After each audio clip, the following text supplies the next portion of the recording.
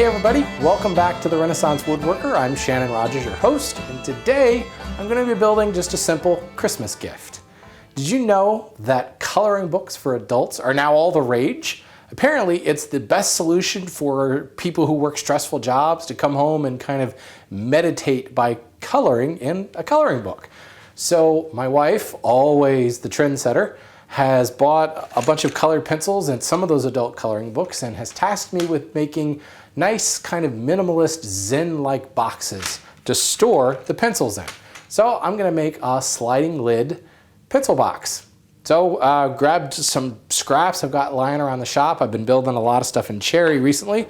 So I've got some cherry here, and what I wanna do, since I've gotta end up making 6 of these boxes, I'm going to try to do this as efficiently as possible and use the scrap stock I have lying around the best way possible. Now another thing, when you're building a small box, the slightest little changes in color of the stock and the grain really becomes very obvious. So the goal is to try to make each box out of the same board so that I get the best color and grain throughout. So I've got a board here that was left over from the molding, the chair roll molding I did on the renovation of my shop. So I'm gonna go ahead and resaw this. It's about 7/8 of an inch right now, a little under that. It's definitely too thick for a box. So I'm gonna resaw it and get myself something closer to 3/8, maybe a little under 3/8. And I should be able to make the entire sides, the 4 sides of the box out of one of these strips. I'm basing all of my dimensions off of these colored pencils. They're already in this nice cardboard box, 2 layers deep. Obviously, I'll take them out of the cardboard box to put them in the box, but this keeps them nicely and it gives me the dimensions, the inner dimensions of the box that I need. So I'll be basing everything off of this. So first things first, let's go ahead and resaw this. I've marked a line in the middle on all 4 sides. And for a board, a small board like this, there's no reason to use any kind of dedicated resaw or anything. Just grab yourself a regular rip saw to do this work.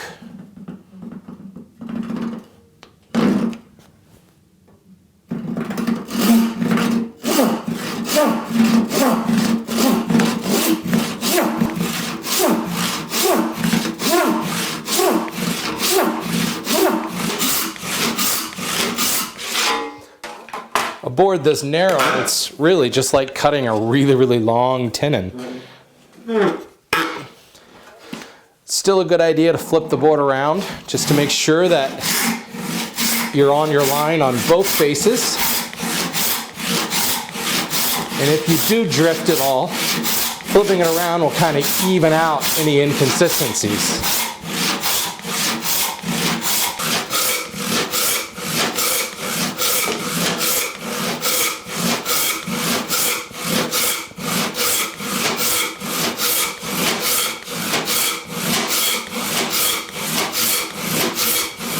Once I get close to the end, I'll flip it over and start the cut on the other side.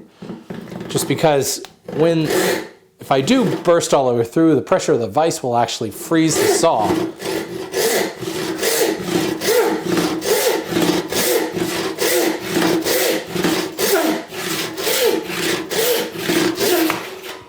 There we go.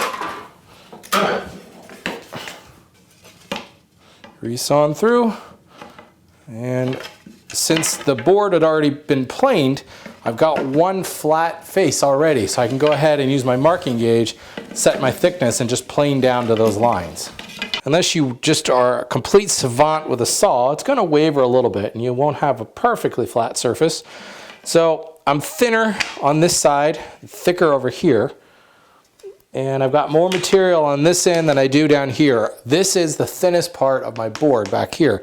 So I want to focus all of my planing strokes toward this end of the board, and I'm going to start on the right side here just so that I make sure I get a square surface first.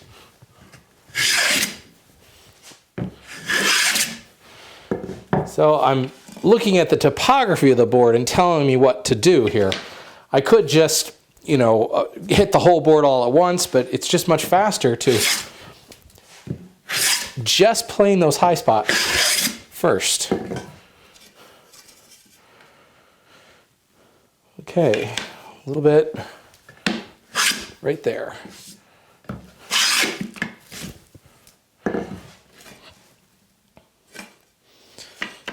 Okay, now I'm pretty even. Now I can take a full length pass.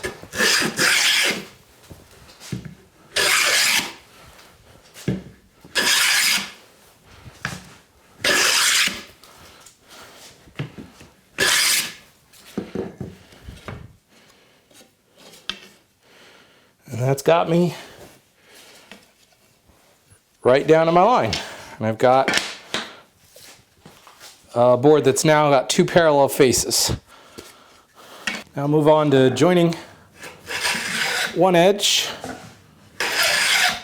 So I'm going to assume a 1/4 inch thick panel for both the bottom and the top. It'll make it easier to produce a bunch of these if the panels are all going to be the same thickness. And I can cut the grooves with the plow plane to the same thickness and not have to change blades around. The other thing I want to do is set it so that they're symmetrical. So I'll need to offset the groove from the bottom, obviously, otherwise it's a rabbit. So if I come in a 1/4 inch from the bottom, then go another 1/4 inch up for the groove. So my groove's right in there. I'll lay the pencil box in place, mark the other side of that, and that tells me the thickness of the pencils. I want to give just a little bit of breathing room on the other side of that, so we'll just add maybe a 1/16 of an inch. And then I'll go a 1/4 inch and another 1/4 inch.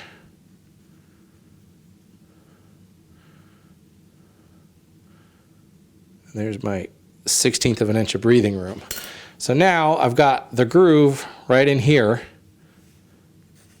The pencils are right in there, and the top of the box is right there.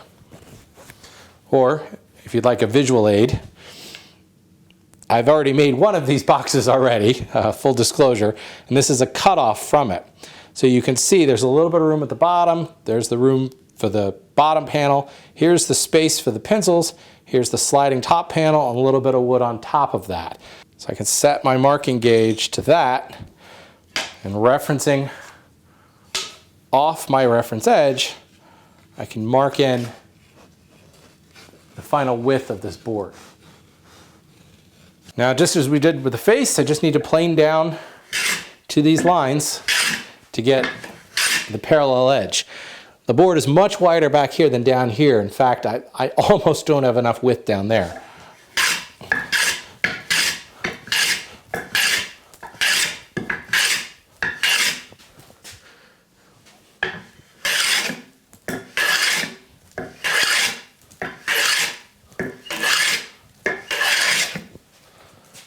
I'm almost there, so I'm just going to switch to a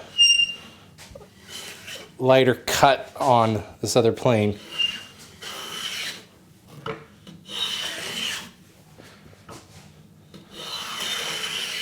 Take it right down to the line. You'll get that little frayed edge that starts to pop up when you're right on your knife line.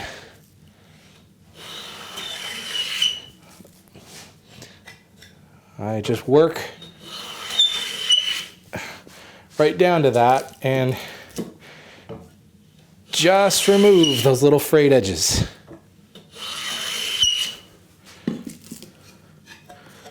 From here to here, I've got the interior of the box, which is the same length as the box itself, of course. And then I've got this overlap where the half laps will come in. So this is the length of my side. I'll just repeat this down the board to lay out the short piece and the long piece, etc. The key in making a box like this is to saw it out and shoot and get one perfect long piece and one perfect short piece. Then all I have to do is match the other two long and short piece to the first ones.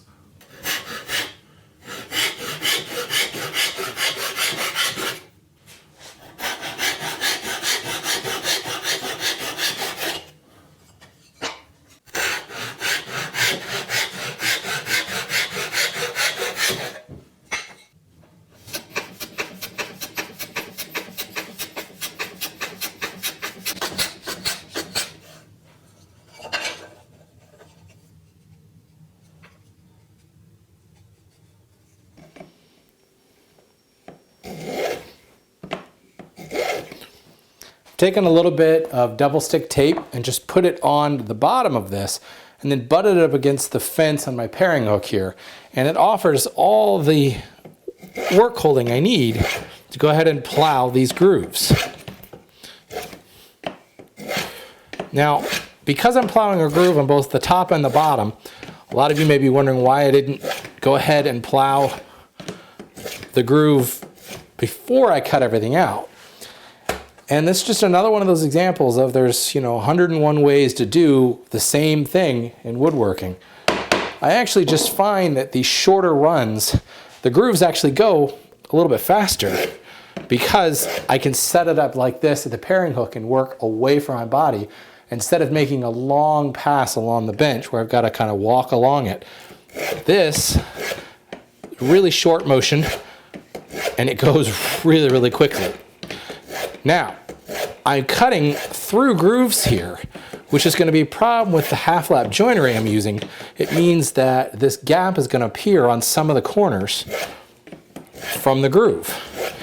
Well, if I were just making one of these boxes, I might consider making stopped grooves. But because I've got so many of them to do, it's a lot faster to go ahead and plow these through grooves, and I'll plug those in-grain holes with a little bit of in-grain later, and it'll be an invisible patch.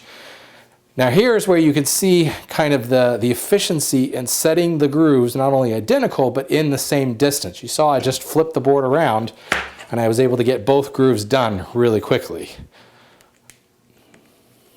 Peel off this tape, and this board is now ready for joinery.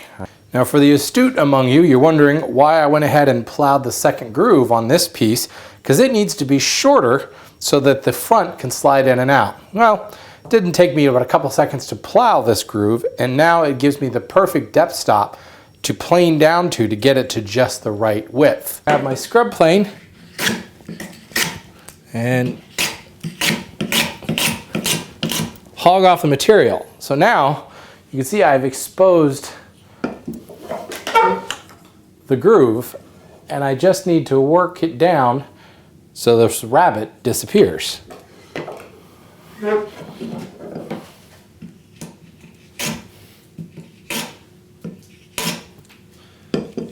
And then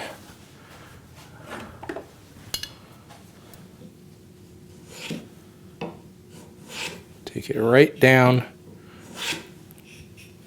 to size. Now I'm ready for the joinery, so I'll just line everything up, and I need to determine where I need to take material off. Well, with the lid sliding in here, I obviously need to leave these top parts in place. So I'm going to cut away the bottom part for the lap. So I've just put a little X down there marking that's the part I'm going to remove. And then I'll alternate and remove the top off the back. So once I put that back in place, I can very clearly see where I need to remove it off the mating piece. If I'm removing part here, then I need to remove the bottom on this piece. Likewise, just working all the way around, putting X's on the parts that I'm going to remove just to make sure I get it right. And then I set my gauge to what appears to be the halfway point. It doesn't have to be exact, just kind of get it close. And I'll strike a line from the bottom. And the reason I say it doesn't have to be perfectly close is as long as you continue to reference your gauge off the same bottom face, even when I come over to the mating piece and I mark the line, it will be in the exact same place. So whether it's exactly in the middle or a 30-second one way or the other, it doesn't really matter because the line is referenced off the same reference face.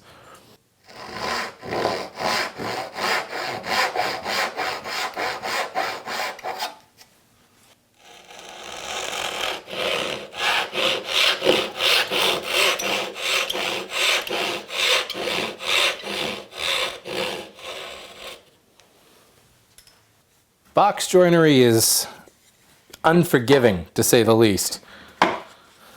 Because you've got such a small area, it's important that you don't have any gaps in your joinery. So you really want to be as accurate as you can. And I think the closer I can get to my lines with the saw, the better joint I'm going to have.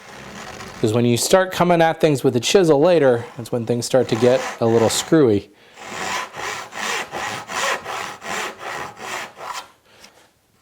And by taking all the weight off the toe of the saw and just pressing forward, I can create that starter kerf right in my knife line. Rather than doing these pulling back things and kind of mauling the wood,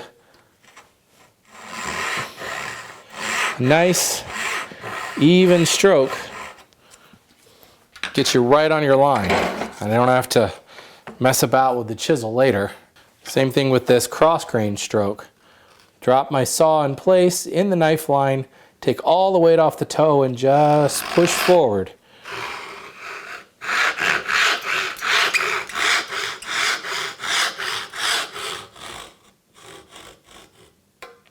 And there we go.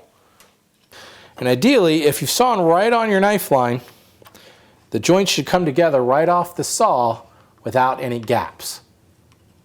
But nobody's perfect all the time, and sometimes you got to come in with a chisel and clean things up a little bit. And that's where these knife lines really are handy, because you can see exactly where you have to pare to.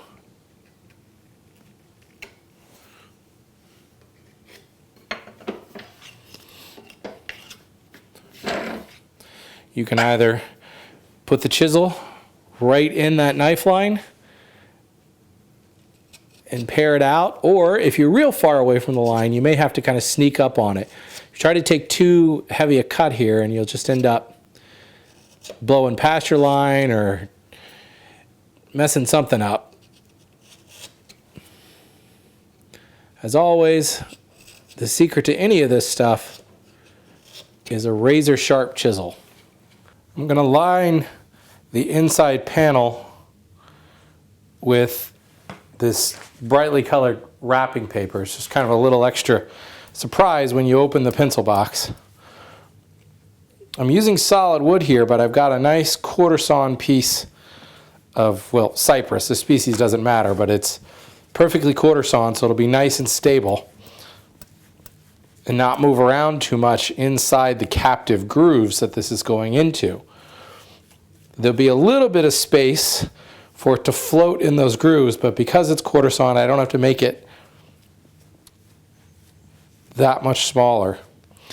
The other thing is, because I'm only putting this wrapping paper on one face, I'm injecting a lot of moisture into the board, which could cause it to warp pretty significantly. So since this is a quarter sawn board, it's going to stay relatively stable with this uneven moisture. And once you've got all four corners cut and dry fit, I go ahead and slip this bottom panel into the groove, and I clamp it up using a series of rubber bands. I've got this box full of these kind of big industrial rubber bands, and it holds everything together. And then I just come back with a clamp at four corners and clamp it down so that I've got pressure on the half lap, pressing those together. The rubber bands hold everything together in the other two directions.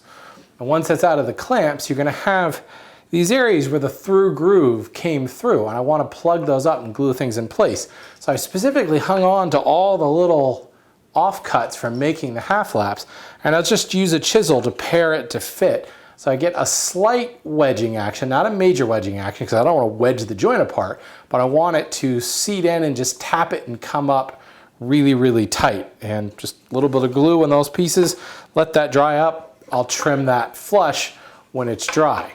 The bottom panel was a little bit thicker than the groove itself. So you can see I've cut a rabbet here on the underside to thin out the tongue so that it fits in that groove. And this is the exact same process we're going to do again for the fitting of the top. This board, just like the bottom, is quarter sawn, and I'm using cherry to match the rest of the box. So I can make this a pretty snug fit across the groove, knowing that the quarter sawn fibers are only going to expand and contract across the thickness. So when I get that fitted just right, I'll maybe just take a little sliver off so that it slides in and out okay and doesn't get stuck. And I can leave it that way because the movement across the grain is going to be almost negligible, especially in a board that's only this big. So the simplest way to do this would just be to thickness everything down to the exact thickness of the groove. But I kind of like the look of the rabbet. It gives you a little bit of a shadow line all the way around the board as it slides in.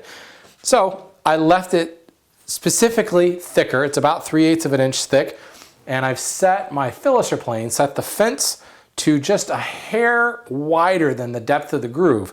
And I've set my depth stop. So once you've got all that stuff set up, it's really very easy to come back and sink the rabbets all the way around the board.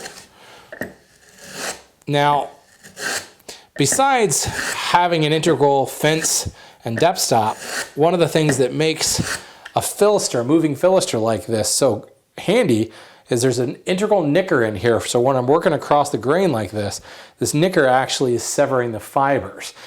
The other thing is this plane has a skewed iron. So it cuts really cleanly across the grain.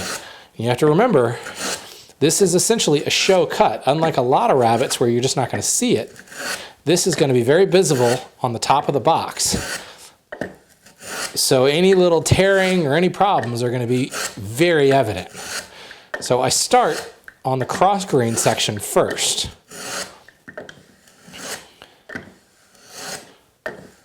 And I'll come back and clean everything up with a long grain. So any kind of blowout I get on the far side here will be cleaned up as I cut the long grain rabbet.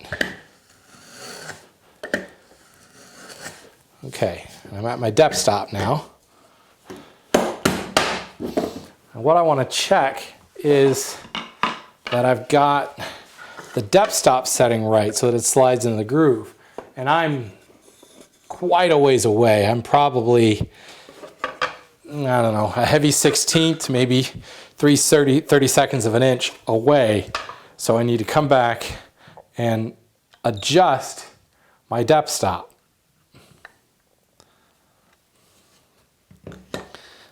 And until I get the fit right, I'm just going to keep sneaking up on it like that to ensure I don't end up with too loose a board. This top is going to be held in place with just friction alone. So I need to get pretty much an exact fit. Not so tight that it won't be able to come out, because remember, when I add finish, it's going to actually add to the thickness but also increase the surface tension as it slides through. So I have to kind of finesse it a little bit.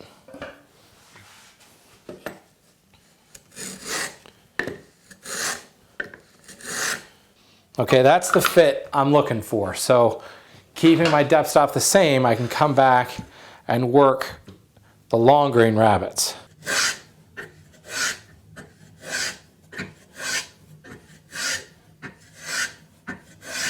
Okay, I've cleaned up everything. I've taken it right back to the line.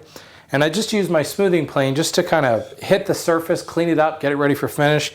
And I just lightly broke these edges here. Then I went back on the underside and I broke the edges down here. This is going to allow it just to smooth a little bit easier, and as it slides in and out, there's less chance of splintering. A hard edge here could always catch or splinter somewhere down the road. And I end up with a fit, a nice smooth fit, and then as it slides into the back, it kind of seats itself in place. And it's just a matter of kind of giving it a little push and it comes right back out.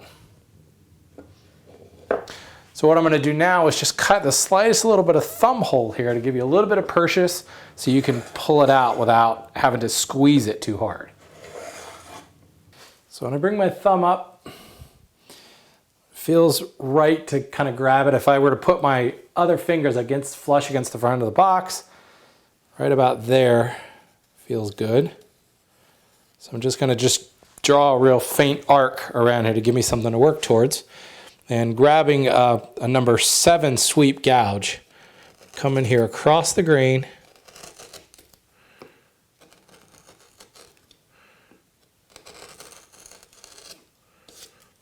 just work in a little depression.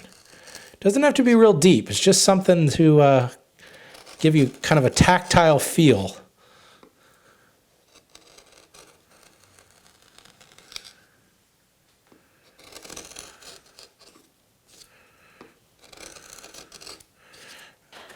Now when I slide this into place, comes up flush, and I've got this little tactile feature here that I can just grab and pull the whole thing out.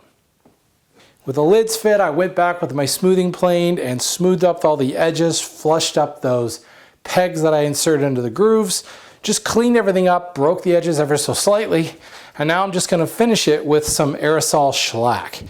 This stuff is really straightforward, just nice light coats. It only takes about, it says 10 minutes of drying time between coats, but frankly, it's ready to go in a couple of minutes. I will usually give it 2 or 3 minutes, and then I'll flip these. These are on the painter's pyramids, and then I'll do the other coat on the opposite side, and then let it wait 5, maybe 10 minutes while I go and do something else, and then come back and recoat. I'll do a total of 4 coats of shellac on this, and I'll hit it with 600 grit sandpaper between each coat.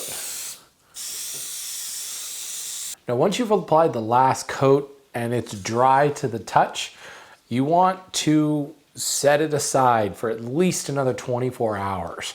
The shellac, although it may feel dry to the touch, is going to be slightly tacky.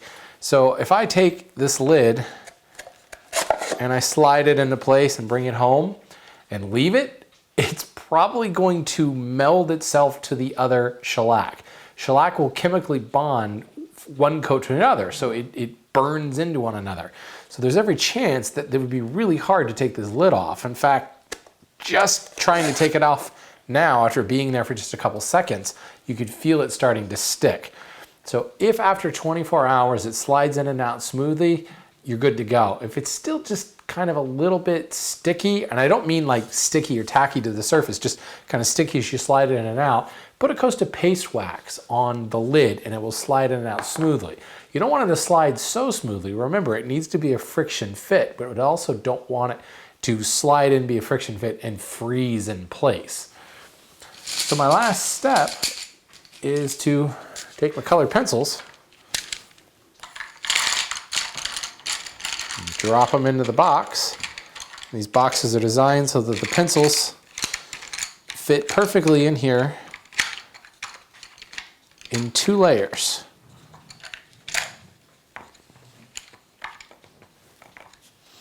And the lid slides on.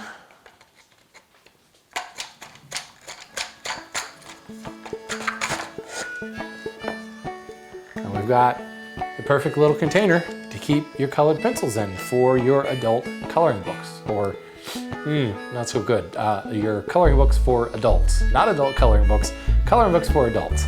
So there you go, guys, just a real simple project, and I think it's gonna make a couple of people on my gift list very happy this year. Teach a man to fish, you've heard the old adage, learn skills to get yourself free. Get your kicks by getting